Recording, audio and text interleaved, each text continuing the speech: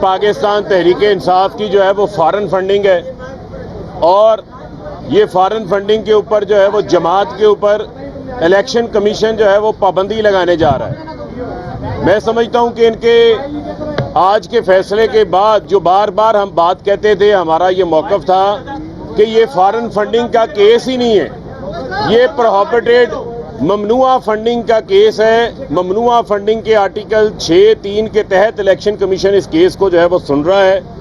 اس case میں کسی قسم کی کوئی جو ہے وہ فارن فنڈنگ جو ہے وہ نہیں نکلی، نہ ہی یہ فارن فنڈنگ کا کیس ثابت ہوا ہے۔ تو وہ لوگ جو بارہا اس نیریٹو کو، اس بیانیے کو آگے بڑھاتے رہے ہیں کہ یہ فارن فنڈنگ کا کیس ہے، فارن فنڈنگ کا کیس ہے، آج ان کو سخت مایوسی ہوئی ہے کہ تحریک انصاف کے نہ اوپر نہ کسی قسم کی پابندی لگی ہے، صرف ایک جو ہے وہ نوٹس جاری کیا گیا ہے۔ اس نوٹس کا جواب جو ہے وہ ہم بھرپور طریقے سے دیں گے۔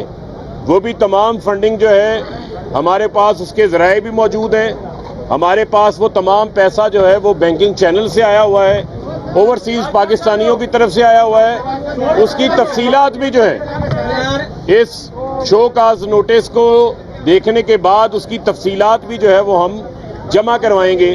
لیکن آج پی ڈی ایم کے لیے سخت مایوسی کا دن ہے اور ان کو شرمسار ہونا چاہیے کہ پیپلز پارٹی اور نون لیگ کے اپنے کھاتے یہاں لے کے نہیں آ رہے، وہ کھاتے نہیں ہیں، وہ خوں کھاتے ہیں، جہاں پر اسامہ بن لادن کے پیسے بھی آئے ہوئے ہیں، جہاں جے یو آئی کو لیبیا کے پیسے بھی آئے ہوئے ہیں۔ نواز شریف نے اپنی پارٹی کے اکاؤنٹس کو منی لانڈرنگ کے لیے استعمال کیا ہوا ہے، اس کا حساب آج تک نہیں آیا اور وہ الیکشن کمیشن بھی نہیں لے سکا۔ اور خاص طور کے اوپر کچھ میڈیا گروپس کے لیے بھی آج بڑی شدید مایوسی کا دن ہے کہ جنہوں نے بڑی بڑی ہیڈ لائنز لگائی کہ پتہ نہیں تحریک انصاف بین ہونے جا رہی ہے، تحریک انصاف کا جو ہے وہ انتخابی سمبل جو ہے واپس لے لیا جائے گا۔ اس قسم کا کوئی فیصلہ جو ہے وہ نہیں آیا۔ اس فیصلے کی ترجمانی بھی کریں۔ اب جہاں تک رہ گئی بات فیصلے سے مطمئن کے حوالے سے، ہم نے پہلے ہی اپنے تحفظات کا اظہار کیا الیکشن کمیشن کے حوالے سے۔ 8 ایسے فیصلے الیکشن کمیشن پہلے دے چکا ہے جن کو ہم نے مختلف ہائی کورٹس میں چیلنج کیا، جس میں مخصوص نشستوں کا فیصلہ تھا، پولنگ ایجنٹ کا فیصلہ تھا، علی امین گنڈاپور کو ڈسکوالیفائی کرنے کا معاملہ تھا، اور اس کے علاوہ متعدد معاملے تھے جہاں ہمیں ریلیف ملا، جہاں آئین اور الیکشن ایکٹ سے ہٹ کے فیصلے کیے گئے تھے۔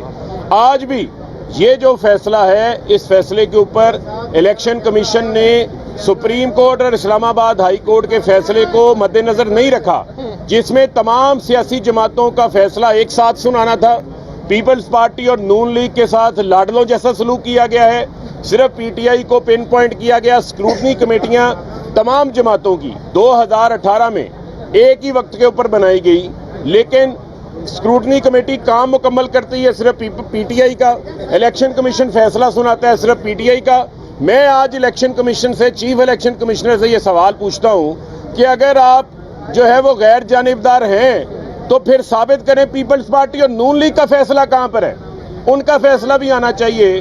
کو 12 اکاؤنٹ تو انہوں نے ڈسکلوز نہیں کیے، چھپائے ہوئے ہیں نون لیگ نے، 11 پیپلز پارٹی نے چھپائے ہوئے ہیں، وہ کیوں نہیں سامنے آئے؟ تو لہذا اس فیصلے کے اوپر بھی میں سمجھتا ہوں کہ ہماری جو قانونی ٹیم ہے وہ اپنی رائے بھی سامنے لے کر آئے گی، نوٹس کا بھی ہم جواب دیں گے، لیکن الیکشن کمیشن کے اوپر ہمارے وہ تحفظات ہیں وہ اسی طرح برقرار ہیں۔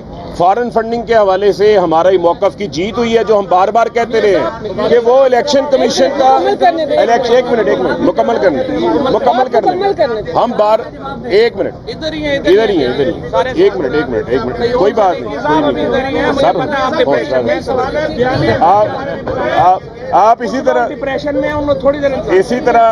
آپ ہنستے رہے، ہمیں اچھے لگتے ہیں۔ بات یہ ہے، معاملہ دیتے ہیں جی، آپ کے سوال کا بھی جواب دے کے جائیں گے۔ جو موقف ہم یہ کہتے رہے ہیں کہ یہ الیکشن کمیشن کے پرویو میں نہیں ہے، فارن فنڈنگ کا فیصلہ سننا یا پارٹی کی پابندی لگانا، وہ ہمارا موقف درست ہوا ہے۔ اور میں اس میڈیا گروپ کو بھی کہتا ہوں کہ اب تو قوم کو جو ہے وہ سچ بتائیں، حقائق بتائیں۔ آپ کے لیے جو ہے وہ کافی ڈپریشن کا دن ہے۔ جی ملیکہ بخاری صاحب۔ بسم اللہ الرحمن الرحیم۔ فاروق حبیب کی بات کو آگے بڑھاؤں گی کہ بہت ساری خواہشات ہیں بہت سارے میڈیا گروپس کی اور پی ڈی ایم کی 11 جماعتوں کے رہنماؤں کی، جو آج دم توڑ گئی ہیں۔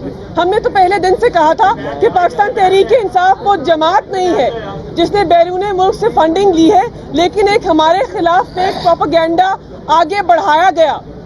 اخباروں کے اندر سرخیاں لگائی گئیں کہ پاکستان تحریک انصاف نے بیرون ملک سے فنڈنگ لی ہے. ہمارا پہلے سے موقف یہ تھا کہ یہ ممنوعہ فنڈنگ کا کیس ہے. آج ثابت ہو گیا کہ جانبدار الیکشن کمیشن نے، غیر جانبدار نہیں، جانبدار الیکشن کمیشن نے ایک ہی جماعت کے اوپر الیکشنز ایکٹ 2017 اور پولیٹیکل پارٹیز آرڈر 2002 کا اطلاق کیا ہے. کسی اور جماعت کے اوپر یہ قانون لاگو نہیں ہوتا ہے. بظاہر یہ لگ رہا ہے کہ آئینی ادارہ جو ہے وہ ایک ہی جماعت کے اوپر اس قانون کو لاگو کر رہا ہے. اس کا نام ہے پاکستان تحریک انصاف.